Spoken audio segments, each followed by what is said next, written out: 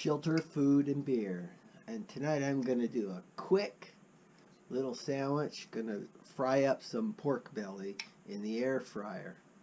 And it's a simple, easy recipe. Takes about 20 minutes.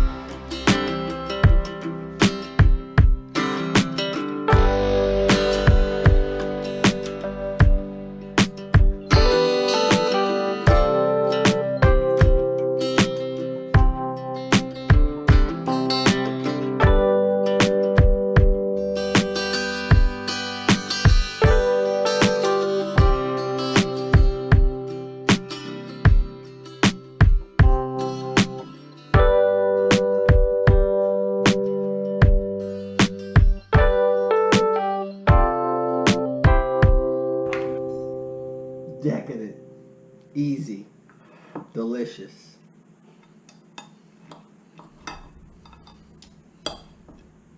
That's the way pork belly should be cooked. Oh, crispy. This is good.